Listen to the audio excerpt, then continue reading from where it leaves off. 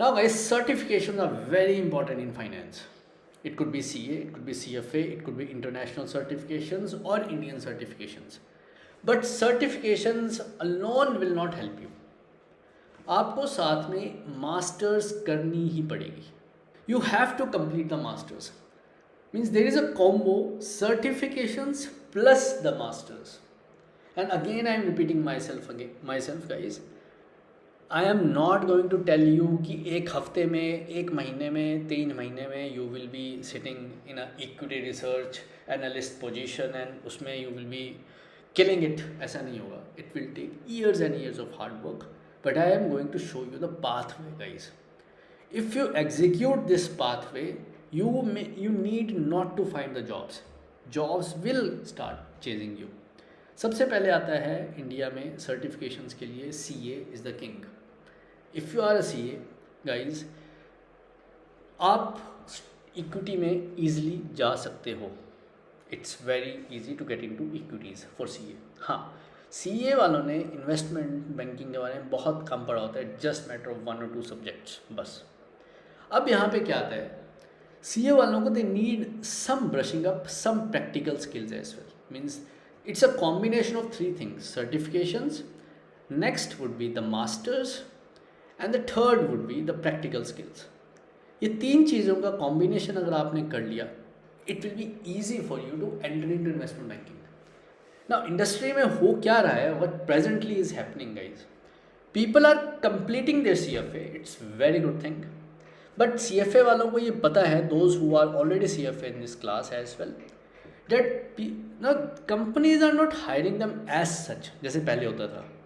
Companies are expecting कि जो CFA है, he must be having knowledge of financial modeling at least.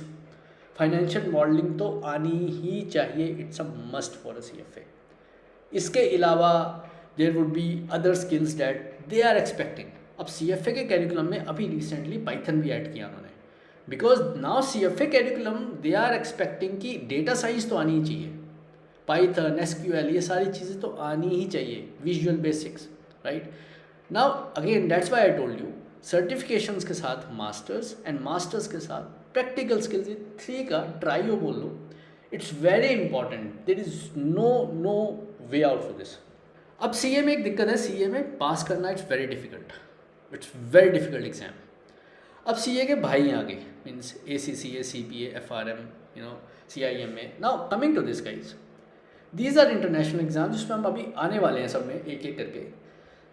But अभी what I wanted to tell you, there are 3 things together that you have to do. Either combined, do the certifications and combine the masters. CFA alone will not help you कि आपने सिर्फ BCom की है and आप CFA कर लोगे, that's more. No, CFA के साथ it's a mandate and it's an advice that हाँ आप MBA कर लो या MCom कर लो या MA इकोनॉमिक्स कर लो, चाहे डिस्टेंस करो बट कर लो इसको. And CFA is much easier than CA guys. CA का selection it's very high competitive exam. CFA का सिलेक्शन रेट अराउंड 40% है. अगर 100 बच्चा बैठ रहा है, 40 पास हो जाएंगे. CA का you are much better aware of the fact that CA is very competitive, right? Then comes CS and ISM and CMA, इसमें just अभी आएंगे.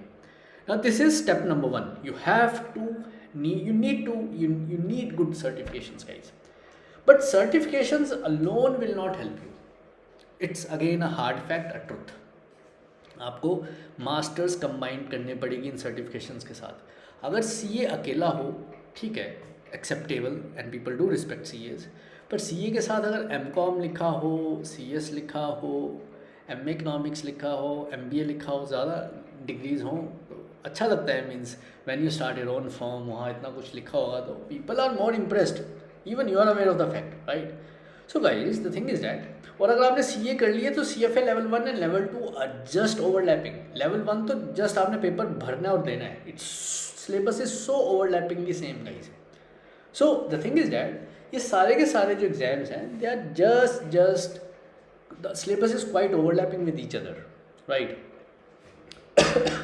हाँ, कोचिंग का मुझसे पूछ लेना CFA की कोचिंग के लिए, which better.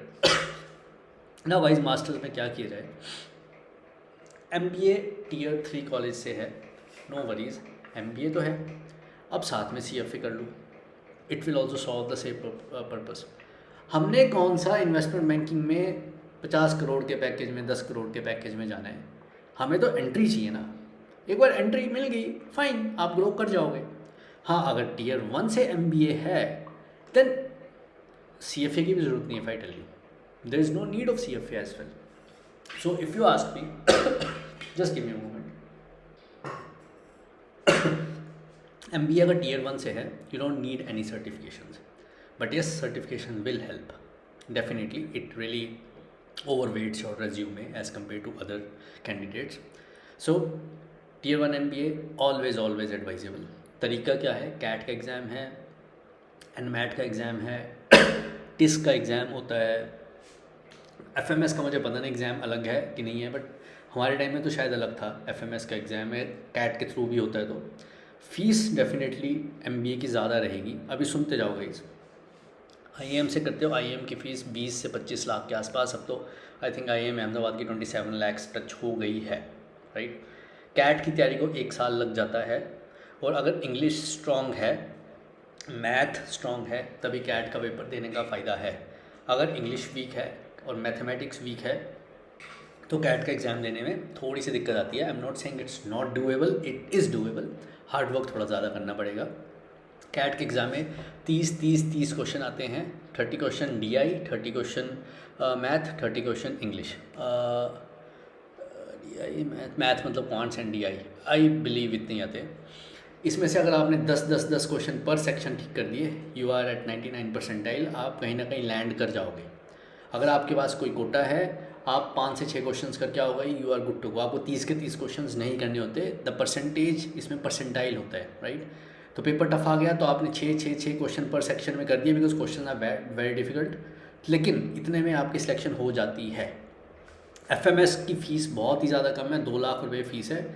Tata Institute of Social Studies की फ़ीस HR में बहुत कम है, 3 से 4 lakh. Packages are very high. IIMs की fees is damn high, but हाँ पैकेज लग जाता है। बेबी IIMs में मत जाना जो नए IIM खुले हैं, बिकॉज वहाँ पैकेजेस कम जा रहे हैं, आपकी इन्वेस्टमेंट ज़्यादा लग जाएगी।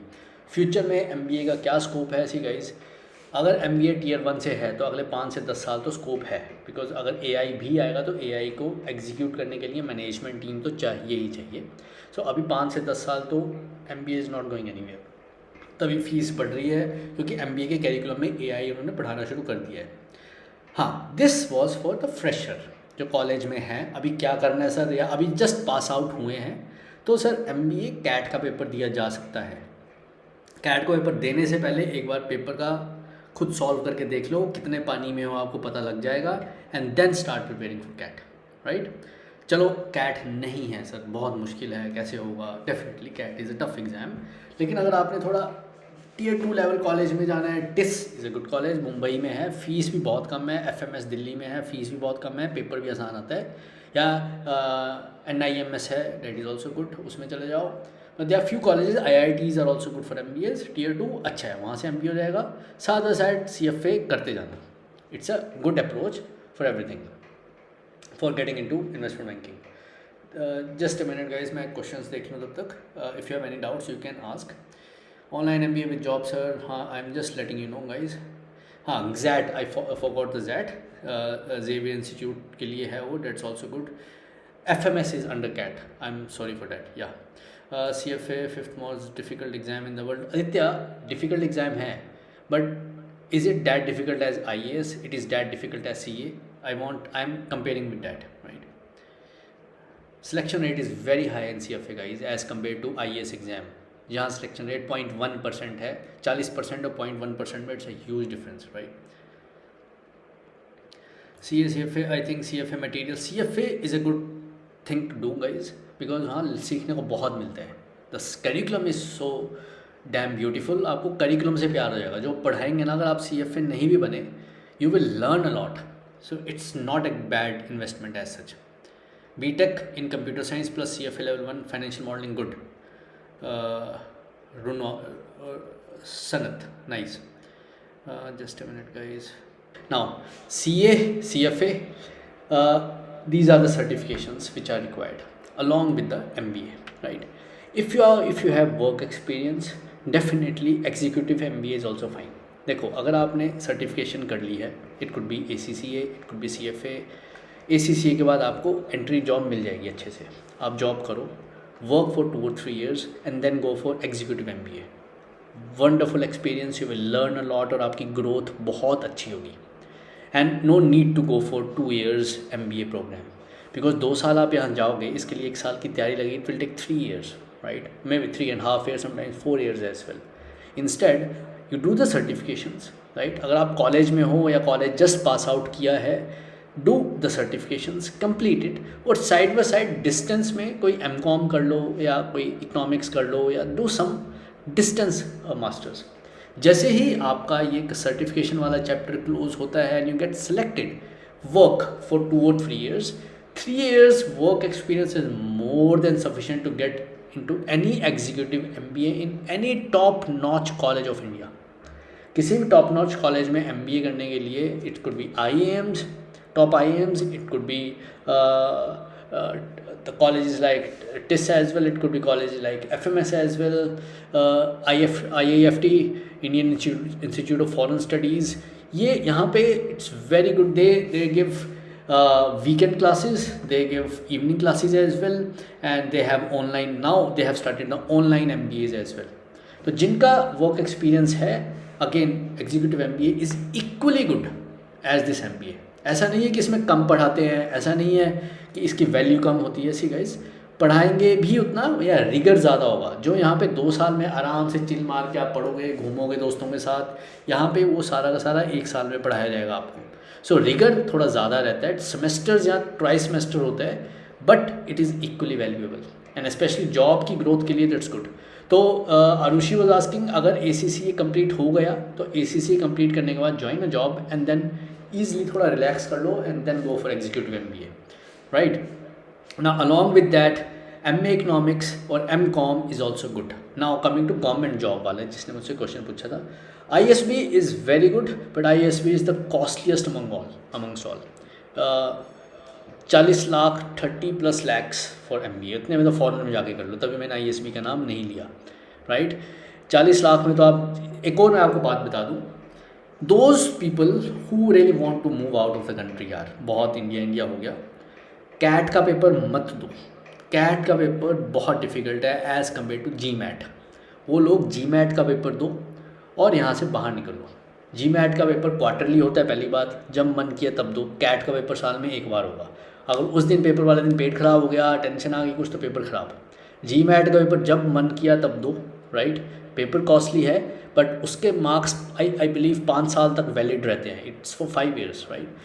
वो 5 साल तक फॉरेन यूनिवर्सिटी में अप्लाई करो, आइदर फॉर एग्जीक्यूटिव और फॉर कंप्लीट MBA.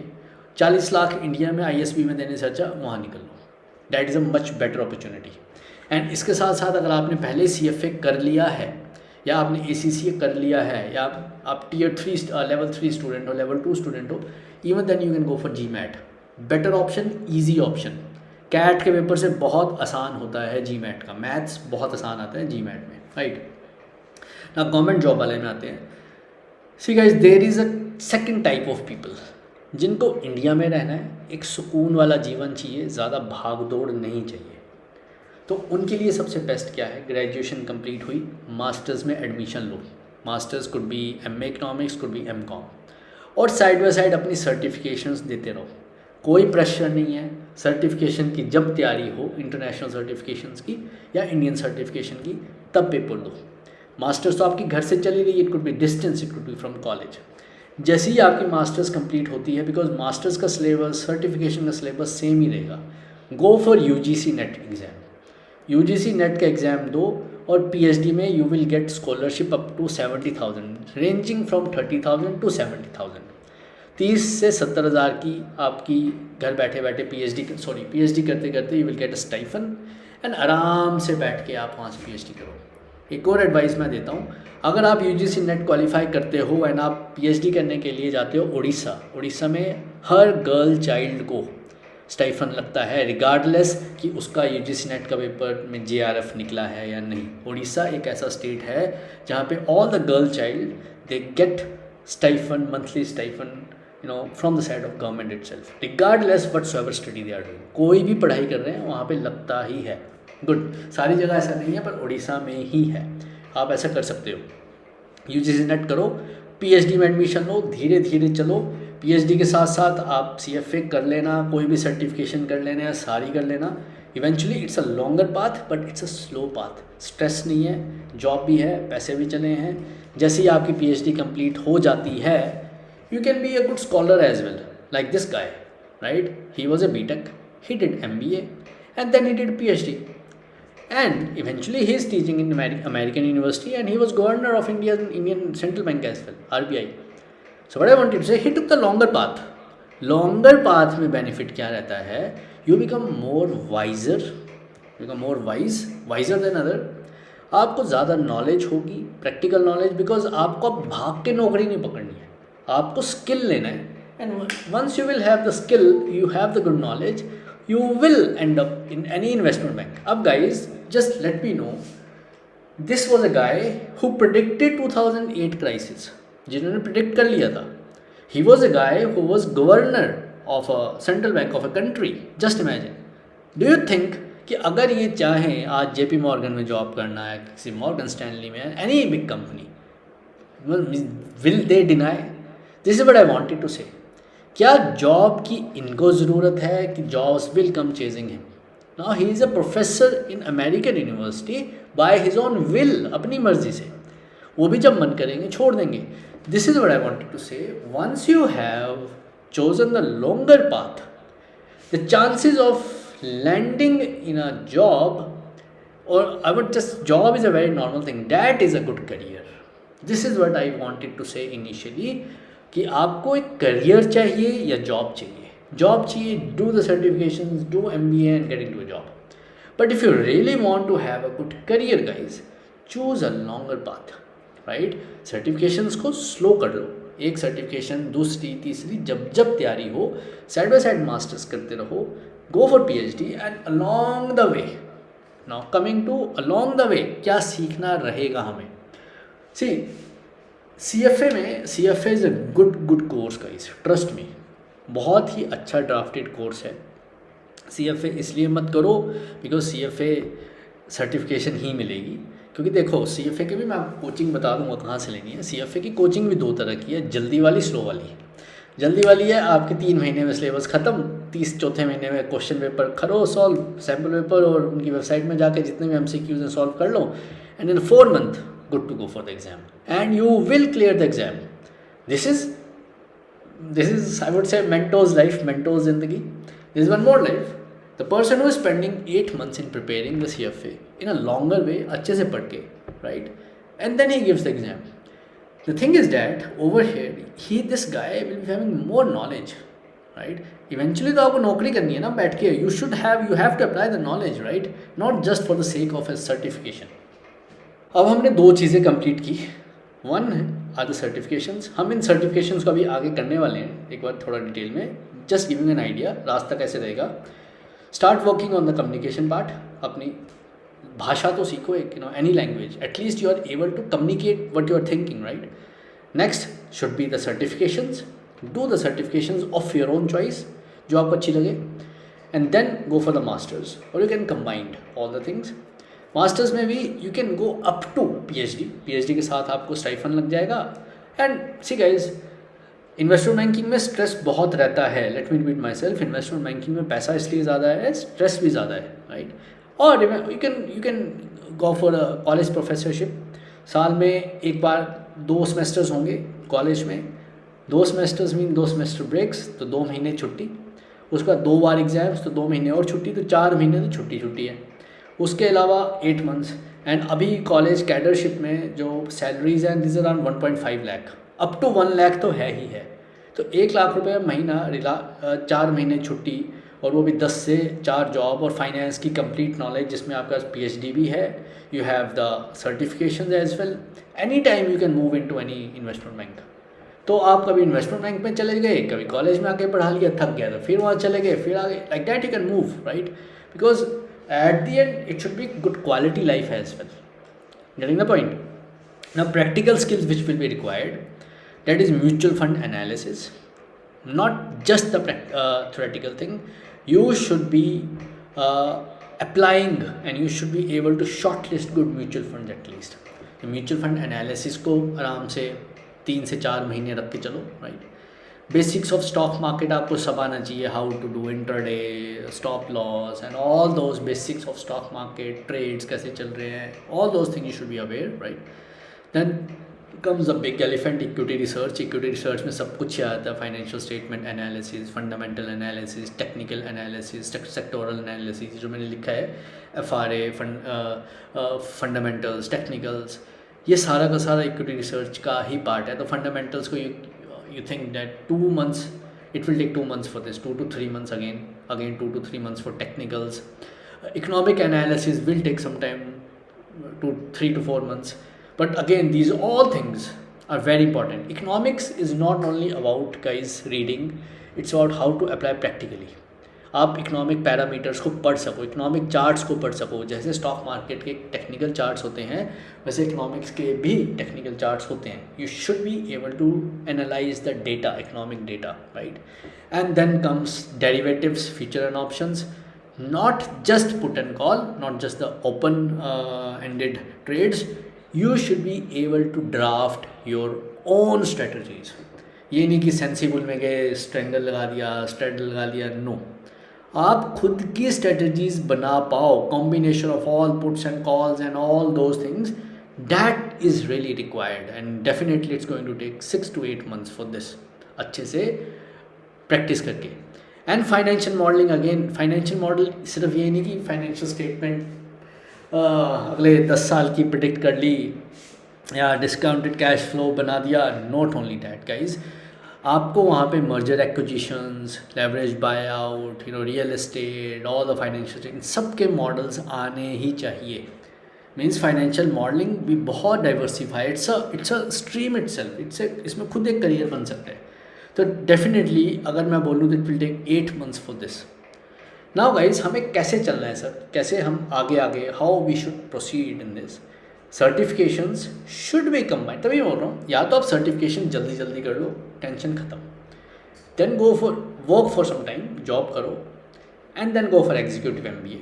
और जब आप जॉब कर रहे हो, 2-3 साल का जो गैप है वो जॉब का आपका, 2-3 साल में आप प्रैक्टिकल कोर्सेज करके रख लो. So now we are not just working for the job, guys. We are building a career in finance. अगले 4 से 5 सालों में you will be at a position जहाँ पे people will be begging to you कि आप हमारे जगह आके काम कर लो, या हमारे जगह सिर्फ एक स्पीच दे दो आके, just deliver a small lecture. You will be paid on hourly basis instead you are expecting a job and a salary, guys. I hope you are getting the point. Because अभी दिक्कत क्या आ रही है, CFA में जो CFA का candidate निकलता है, प्रैक्टिकल स्किल्स में थोड़ा लैकिंग रहता है, उनका कॉन्फिडेंस डाउन हो जाता है, बिकॉज दे थिंक कि CFA के बाद जॉब बहुत अच्छी लगनी चाहिए थी, and they are not getting that जो एस्पायर किया होता है आपने.